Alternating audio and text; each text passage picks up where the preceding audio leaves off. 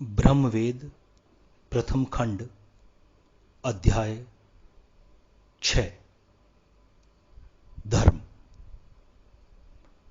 ब्रह्मज्ञानियों ने ईश्वर को समझने तथा समझाने के लिए समाज को धर्म के माध्यम से ईश्वरीय ज्ञान दिया।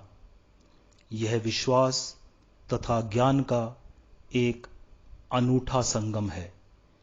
ज्ञान का यह माध्यम अत्यंत संवेदनशील भी है। ईश्वर द्वारा ब्रह्मज्ञानियों को दिया हुआ ज्ञान विलक्षण व गंभीर है। इसको समझना केवल ब्रह्मज्ञानी द्वारा ही संभव है। ऐसा समझा जाता है कि ईश्वर, जो कि सभी मनुष्यों से संवाद करने में सक्षम है, वह जिस गूढ़ भाव को व्यक्त करता है उसे सामान्य मनुष्य समझने में सक्षम नहीं रहता। ब्रह्मज्ञानी उस गूढ़ रहस्य को जान लेता है तो इस ज्ञान का परिचय अन्य लोगों से भी करवाता है।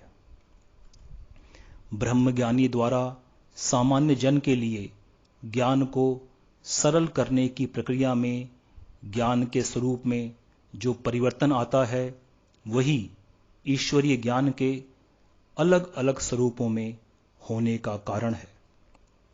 ईश्वर कोई भाषा नहीं बोलता। वह तो अपनी ऊर्जा से ज्ञान की धाराओं की दिशा बदल देता है। उन धाराओं को अपने मस्तिष्क में समा लेने के पश्चात ब्रह्मज्ञानी को स्वयं उन्हें अपने स्तर पर समाज में प्रसारित करना होता है। यह समय ही ब्रह्मज्ञानी की परीक्षा का समय होता है।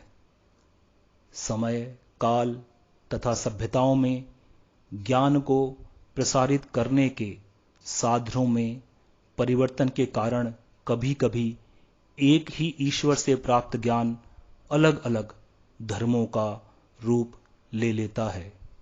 धर्म की स्थापना ब्रह्मज्ञानियों ने ईश्वरीय शक्तियों को समझाने के लिए की।